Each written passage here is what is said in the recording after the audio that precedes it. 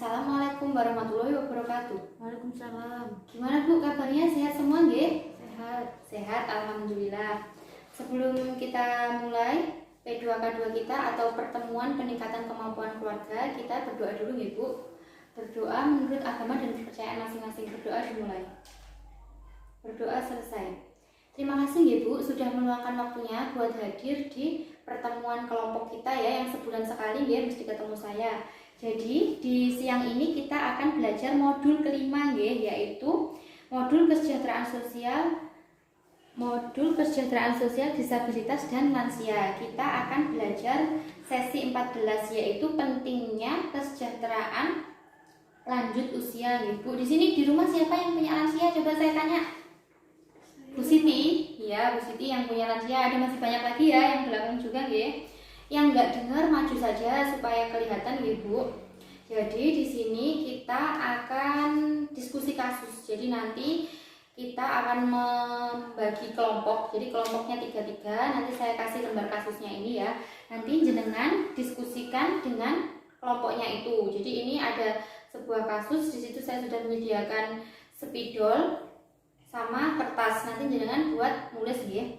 Jadi yang kelompok 1 dicatat nih Bu. Jadi nanti 3-3 dibagi dulu. Bu Siti, Bu Rita sama Bu Yuli. Yang ini Bu Lina, Bu Adi sama Bu Rani. Jadi nanti saya kasih pertanyaannya. Kelompok 1 tadi, kelompok 2 sudah, yang kelompok 3 Bu Adit, Bu Rio dan Bu Rika. Jadi nanti per kelompok itu ada satu-satu pertanyaannya. Jadi nanti saya kasih lembarnya, lembar kasus nenek A. Ini udah saya kopikan, nanti saya bagikan saya bagikan dulu. Terus pertanyaannya yang buat kelompok 1 didengarkan termasuk lanjut usia seperti apa nenek tersebut dan apa ciri-cirinya. Ini dicatat dulu aja Bu, nanti baru dijawab. Sampun Kalau sampun saya lanjutkan yang kelompok 2, apakah nenek tersebut mengalami kekerasan? Jika iya, kekerasan apa yang dilakukan oleh anak atau anggota keluarganya? Sampun kelompok 2? Sampun. Terus lanjut ke kelompok 3 pertanyaan dicatat Bu. Apa yang dilakukan oleh anak atau keluarga atau orang terdekat jika menghadapi lansia yang bersikap demikian? Jadi di situ nanti ada cerita kayak gimana cara jenengan menghadapi lansia yang seperti itu. Saya kasih waktu 10 menit buat diskusi sambil dibaca itu tadi kasusnya, kasus nenek A. Sampun Bu. Kalau sampun, ini saya persingkat saja ya. Tadi kan kasus nenek A itu saya baca dulu ya di sini ya. Jadi nenek A itu umurnya 76 tahun, suaminya sudah meninggal. Terus dia mempunyai 4 orang anak. Terus nenek A itu tinggal sama anak bungsunya yang sudah memiliki istri dan memiliki 2 anak laki-laki. Lah masalahnya nenek A ini anak laki-lakinya itu kerjanya itu di luar kota Bu. Jadi di rumah itu sama menantu sama cucunya 2 yang laki-laki. Nah menantunya itu sering bersikap nggak sopan ke nenek A, sering membentak, tidak peduli. Terus pernah beberapa kali tidak menyiapkan makanan. Terus sehari-hari neneknya itu milih menjaga toko, kayak ruko gitu loh Bu, menjaga toko. Tapi sering ditipu sama pembeli yang atasnamakan teman anaknya. Jadi ngomong, saya temennya itu Bu si Adit, misal anaknya itu namanya Adit, si Adit Bu, jadi saya bawa dulu ini kayak gitu. Neneknya namanya orang sudah sepuh ya, percaya saja. Sampai pernah suatu ketika itu neneknya tuh tertipu sampai 3 juta. Melihat kondisinya seperti itu, si anak itu menyarankan neneknya supaya berhenti berjualan karena anaknya sayang. Tapi si nenek nggak mau, soalnya neneknya pikir cuma nunggu toko saja dan hasilnya lumayan, jadi mau melanjutkan. Padahal namanya orang tua tuh kan kadang kan sifatnya kan beda-beda. Kalau sudah sepuh itu kadang mungkin kembali ke anak kecil lagi. Jadi neneknya itu sering ngeluh dan ngomong kalau anaknya itu sering nggak sayang sama dia, terus sering berselisih paham kayak gitu loh Bu.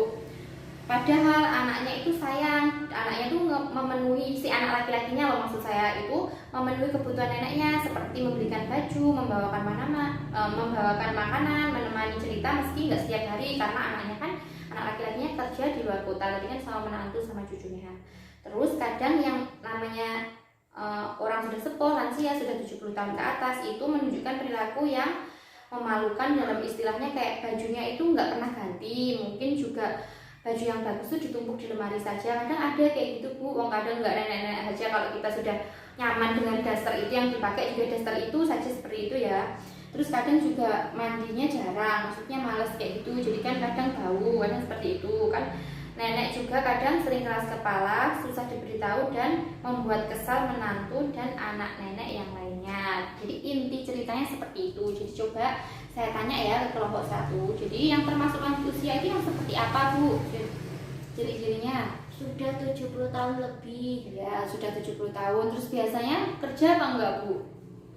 Enggak bekerja, ya benar sekali. Terima kasih ya kelompok 1 sudah mewakili Bu Siti untuk menjawab pertanyaannya. Selanjutnya untuk kelompok 2, apakah nenek yang saya ceritakan tadi, rangkuman yang saya ceritakan tadi mengalami kekerasan? Jika iya, kekerasan apa yang dilakukan oleh keluarganya? Mengalami kekerasan apa enggak Bu? Iya.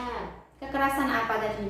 Membentak. Iya, tadi menantunya membentak neneknya ya Bu ya. Benar sekali. Terima kasih Bu Dita sudah menyampaikan pendapatnya di depan. Terus selanjutnya untuk kelompok 3, apa yang dilakukan anak atau keluarga terdekat jika menghadapi lansia yang seperti cerita nenek A tadi? Dirawat. Ya, dirawat Ibu, disayangi, benar sekali. Terima kasih buat Bu Siti kelompok 3 yang sudah berani untuk mengemukakan pendapatnya Ibu ya. Gitu saya jelaskan ya, namanya kita mengasuh lansia itu harus sabar ya Bu. Ini saya jelaskan flip chart yang ke-6, kekerasan dan penelantaran terhadap lansia. Kekerasan itu ada 4 Bu, ada fisik, verbal atau kata-kata, ada emosi, serta finansial. Saya bahas satu-satu.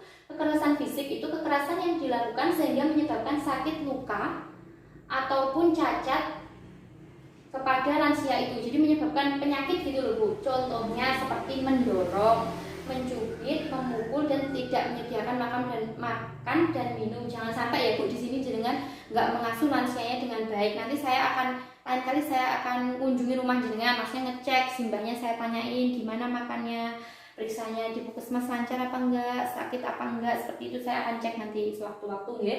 Terus yang selanjutnya kekerasan verbal, yaitu tindakan yang menggunakan kata-kata yang menyakitkan. Contohnya menyebut nama saja, jenengan nggak boleh seperti itu ya Bu.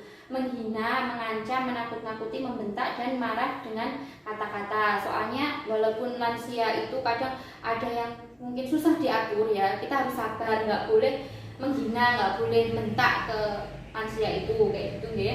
Terus emosi itu tindakan atau sikap yang menimbulkan rasa tidak nyaman bahkan trauma. Itu masuk penelantaran. Contohnya membiarkan lansia sendiri, jadi ibunya dibiarin sendiri di rumah, anaknya sudah tinggalnya jauh, nggak ada yang menemani pas tidur, kan kasihan kan. Terus membatasi bertemu teman, jadi melarang kayak gitu, kayak mendiamkan, terus nggak peduli, nggak pernah ditanyain, nggak pernah diajak ngobrol, seperti itu. Terus yang terakhir finansial atau menyalahgunakan harta milik lansia.